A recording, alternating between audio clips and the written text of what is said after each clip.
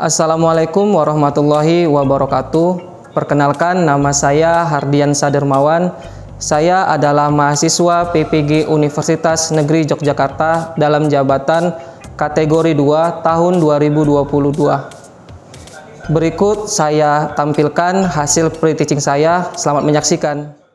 Assalamualaikum anak-anak saya, selamat pagi. Waalaikumsalam warahmatullahi wabarakatuh, Pak. Selamat pagi, Pak. Selamat pagi, Pak. Selamat pagi. Sebelum memulai pembelajaran, sebaiknya kita berdoa dulu. Silakan Ketua Kelas Lukman pimpin doa. Mari teman-teman, sebelum kita belajar, mari kita berdoa agar ilmu yang kita dapat bisa bermanfaat. Berdoa dimulai. Bismillahirrahmanirrahim. Raditu billahi robba wa bil islami dina wa bi muhammadin nabiyya wa rasulah.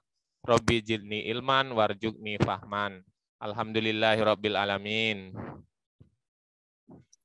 Oke, terima kasih Lukman setelah memimpin doa. Apakah semuanya hadir? Ada yang nggak hadir, Pak? Siapa itu? Si Gulo sama si Ihwan Monta, Pak. Oh gitu, nanti saya coba menanyakan ke wali kelasnya kenapa dia nggak masuk.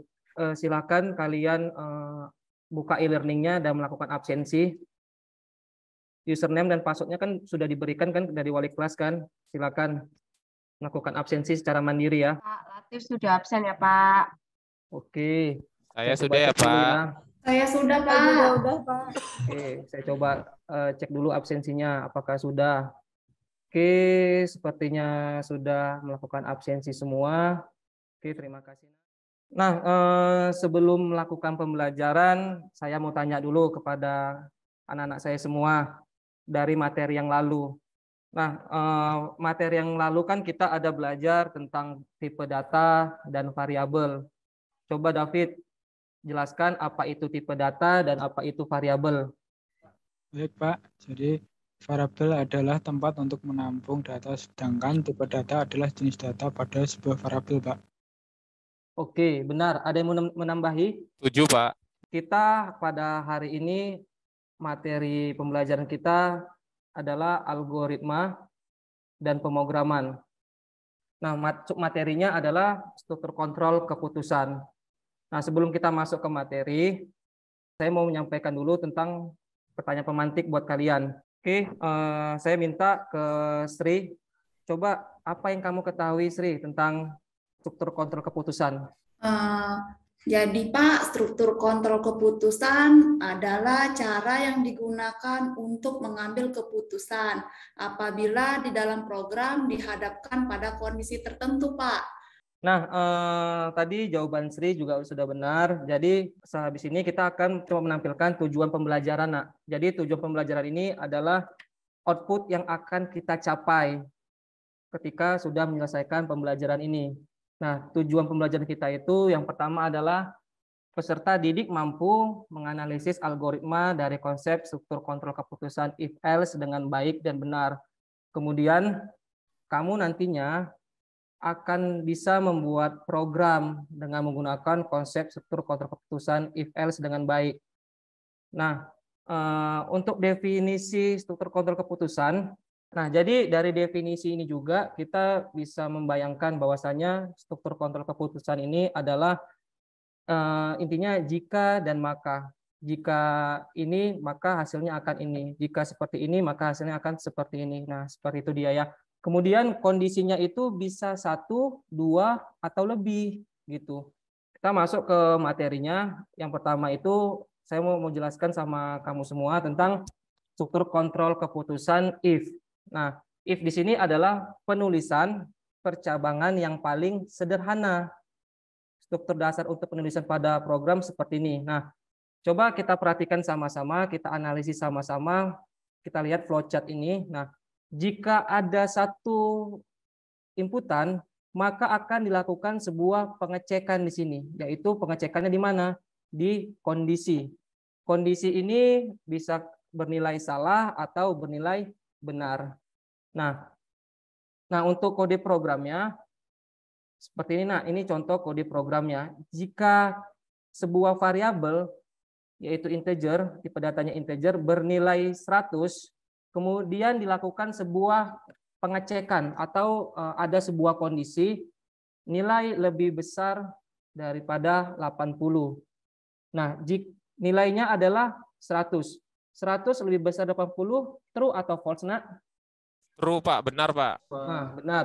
Ketika dia menemukan nilai benar, dia akan masuk ke dalam subprogramnya, yaitu menampilkan nilai A. Oke, paham anak-anak? Paham, Pak.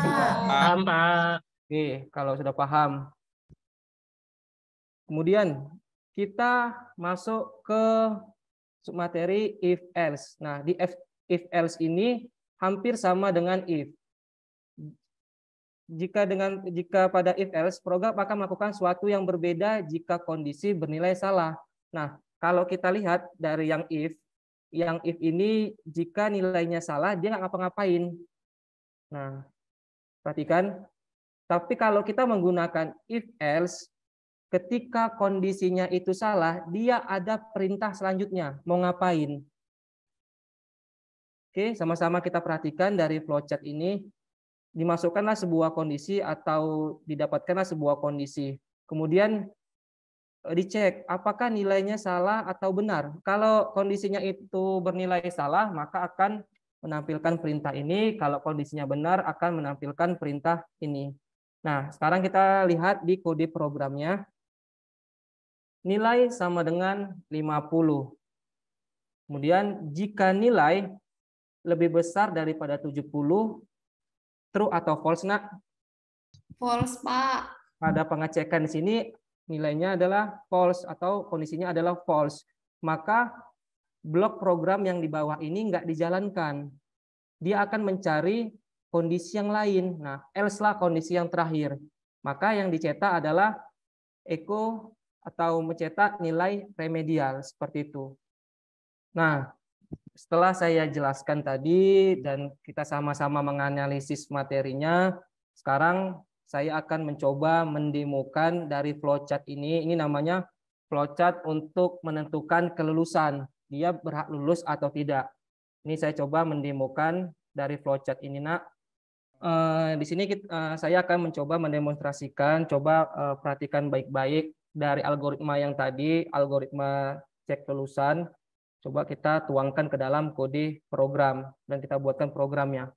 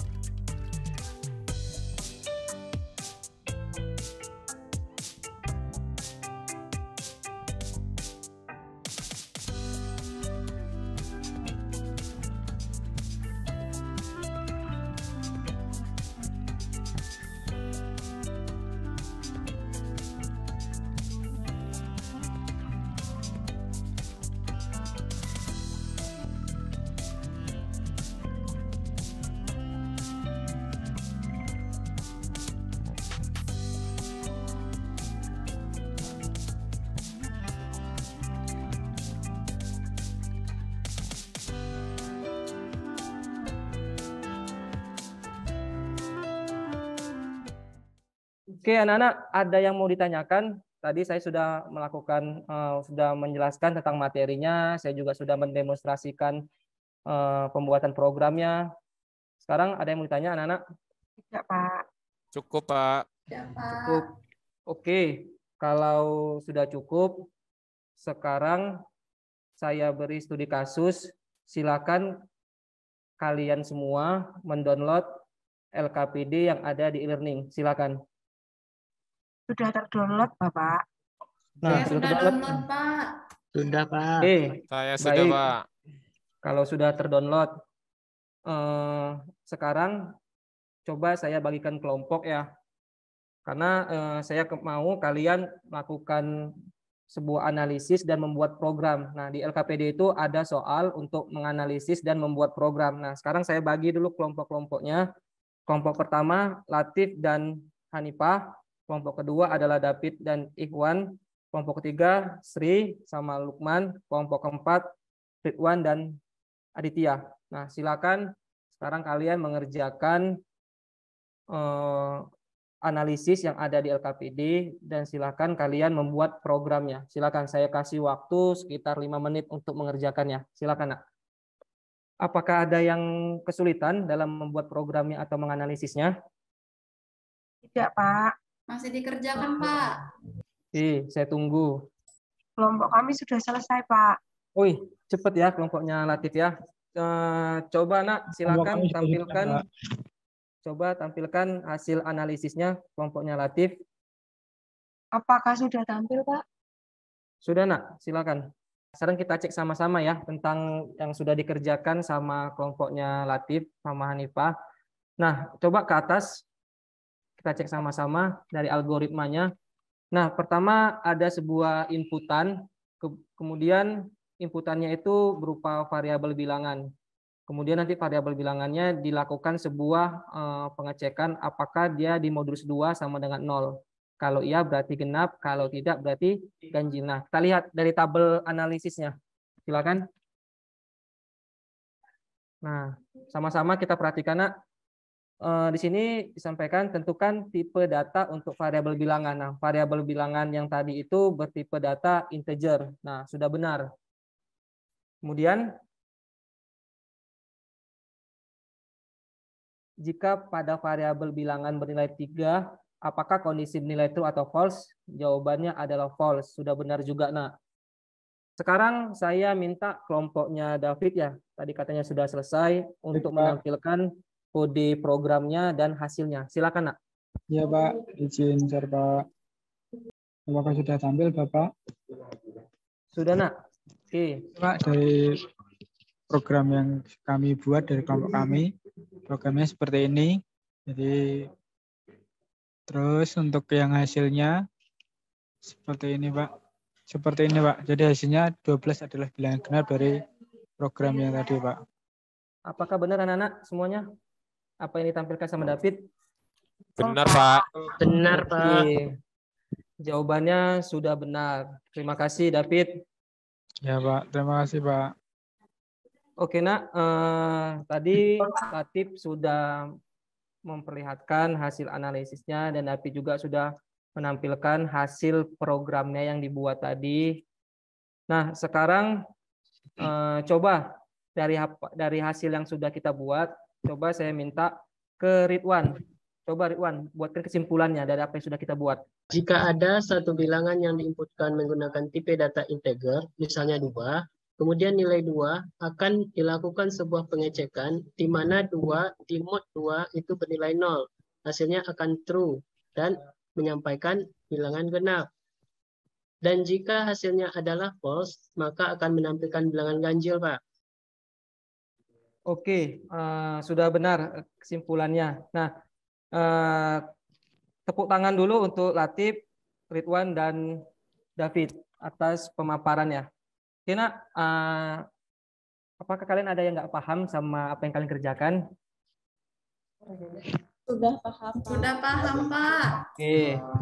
Kira-kira ada nggak kesulitannya, Nak, dalam memahami materi? Tidak, Pak. Tidak, Pak. Oke, jadi untuk dapat memahami lagi, kita harus coba mengulanginya lagi. Karena ala bisa, karena biasa.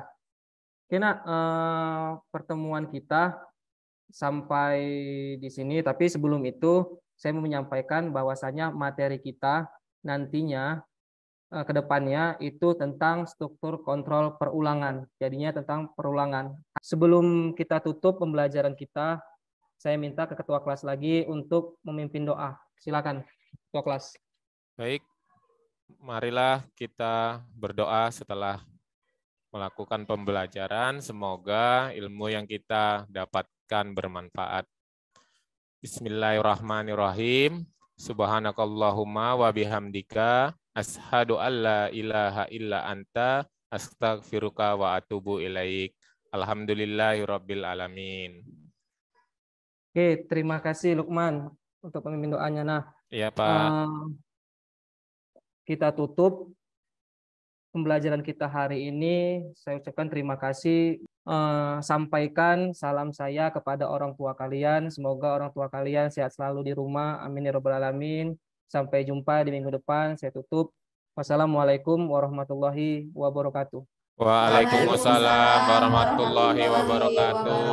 Terima kasih Pak Mardi. Terima kasih, Pak. Ardi.